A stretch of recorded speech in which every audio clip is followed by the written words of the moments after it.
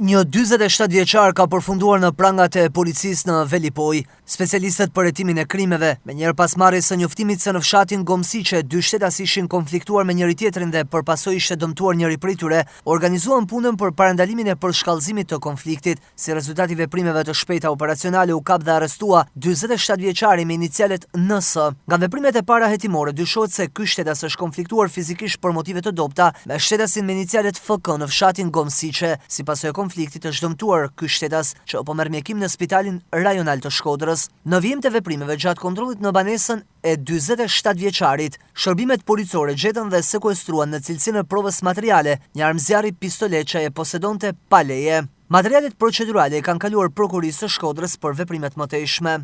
Ndërkohë në 24 orët e fundit, specialistët për hetimin e krimeve në komisariatin e policisë Shkodër referuan materialet në prokurori ku nisi procedimin e gjendje të lirë për një 25 vjeçare banuese në Shkodër, një 44 vjeçar banues në Shtojtëri dhe një 27 vjeçar banues në Golem, pasi dyshohet se kanë kanosur me fjalë një 16 vjeçar për motive të dobta.